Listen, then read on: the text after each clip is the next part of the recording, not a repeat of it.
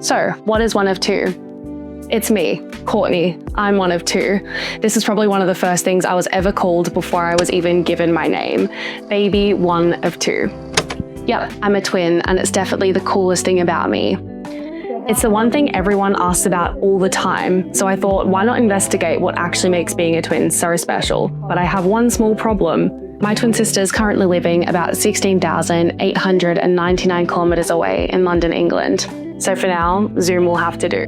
What do you think people don't understand about identical twins? I talk about loving all of my sisters equally, and that is absolutely true. But the relationship you have with an identical twin is entirely different. It's next level.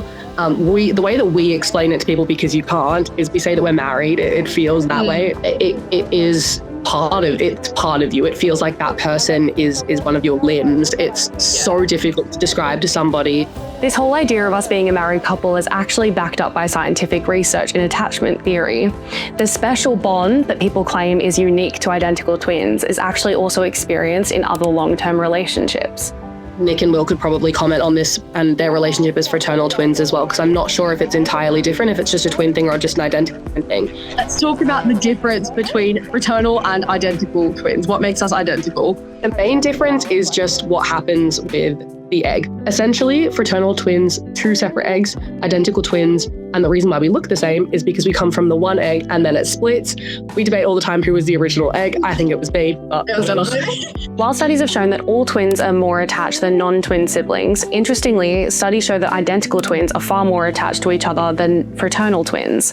So I thought, why not pay a visit to our fraternal twin friends, Will and Nick, who just got reunited after 11 months of living apart.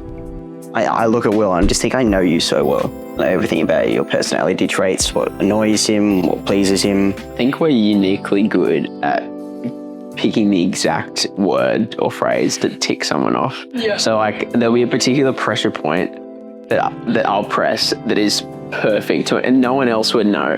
That would upset him. We can go from having this incredible, massive argument literally no one else, including any of our best friends or siblings or parents, want to be involved in, to the next day, skipping hand in hand. When us twins tell people something like this, the next conclusion they jump to is, oh, they must be able to read each other's minds. And this is a big no for all twins. I've heard a lot of people ask about the telepathic pain thing. So if he's hurt, I'll be hurt. And I never felt that before. You see your similarities and you understand that you are twins from a very young age.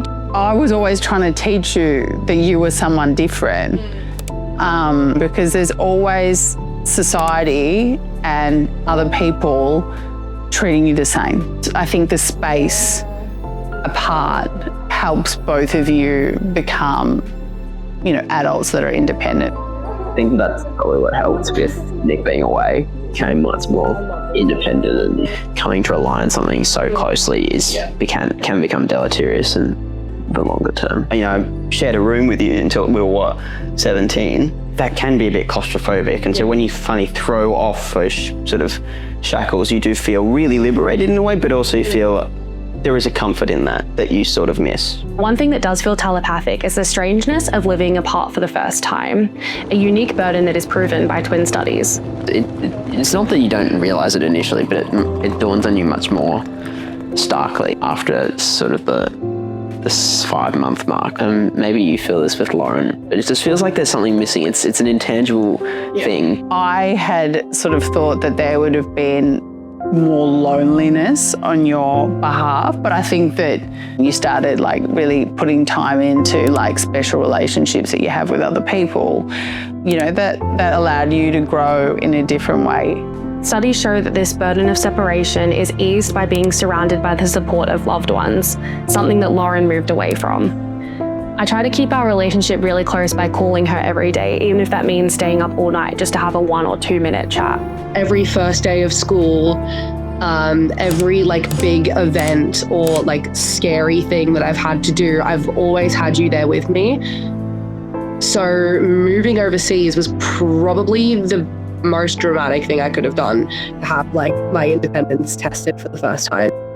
As one study written by twins so beautifully phrases it, twins raise the question of who the self really is, but they also prove that nobody crosses the boundary of being alike and being the same.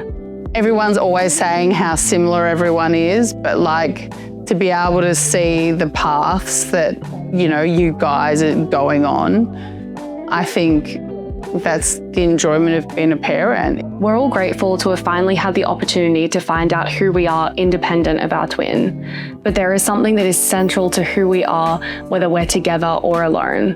We're always going to be, and proud of being, one of two.